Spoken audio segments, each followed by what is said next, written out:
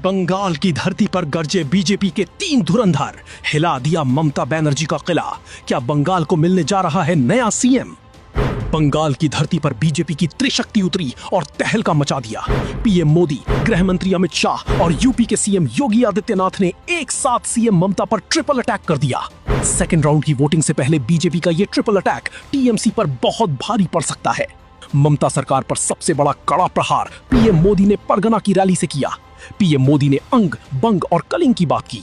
अंग यानी बिहार, बंग यानी बंगाल और कलिंग यानी उड़ीसा। बिहार और उड़ीसा बीजेपी जीत चुकी है, अब बारी बंगाल की है।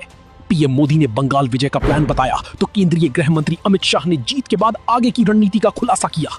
अमित शाह ने दावा किया कि चुनाव के 60 दिन बाद तक केंद्रीय सुरक्षा बल बंगाल में रहेंगे और हार के बाद हिंसा करने वालों के मंसूबों पर पानी फेर देंगे। बंगाल चुनाव के दौरान कई जगह हिंसा की कोशिश की गई, लेकिन पहले से तैनात फोर्स ने पत्थरबाजों को खदेड़ दिया। अब अगर भाजपा की सरकार बनती है तो लुंगी गैंग का तगड़ा इलाज भी होगा। दरअसल अमित शाह का ये बयान पश्चिम बंगाल की सीएम ममता बनर्जी को जवाब था, क्योंकि ममता ने पुलिस वालों को धमकी देते हुए कहा कि 4 मई के बाद सुरक्षा एजेंसीज वापस चली जाएंगी, लेकिन पुलिस यहीं रहेगी। इस धमकी का असर क्या होगा वो यूपी के सीएम योगी आदित्यनाथ ने हुगली में बता दिया। सीएम योगी ने बाबा तारकनाथ मंदिर में दर्शन और पूजन से प्रचार अभियान की शुरुआत की। सीएम योगी ने सोशल मीडिया पोस्ट के जरिए 4 मई के बाद बंगाल में बीजेपी का सूरज उगने का ऐलान किया। सीएम योगी ने लिखा, क्रांति भूमि बंगाल की चेतना जाग चुकी है। मां काली के भक्त 29 अप्रैल को द्वितीय चरण के मतदान में दिल में काबा नयन में मदीना रखने वाली टीएमसी के ताबूत में अंतिम कील ठोकने को तैयार है।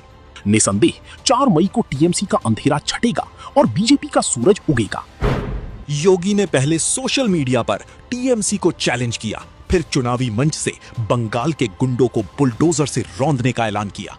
योगी ने कहा कि किसी व्यापारी की संपत्ति पर कब्जा नहीं कर सकता, करेगा तो यूपी का बुलडोजर उसकी हड्डी पसली एक कर देगा। योगी ने बंगाल में डबल इंजन की सरकार को जरूरी बताया और ममता बनर्जी पर मुस्लिम तुष्टीकरण के साथ पश्चिम बंगाल की डेमोग्राफी बदलने की साजिश का आरोप लगाया। सीएम योगी ने ममता को घेरते हुए कहा कि जय श्री राम पर प्रतिबंध लगाया जाता है। मां दुर्गा पूजा और मां दुर्गा पूजा विसर्जन की मूर्ति विसर्जन की शोभा यात्रा को प्रतिबंधित किया जाता है, लेकिन ममता दीदी सड़कों पर नमाज पढ़वाती है और इफ्तारी की दावत कराती है। जाहिर है पहले चरण में 92% से ज्यादा वोटिंग से बीजेपी के हौसले बुलंद हैं।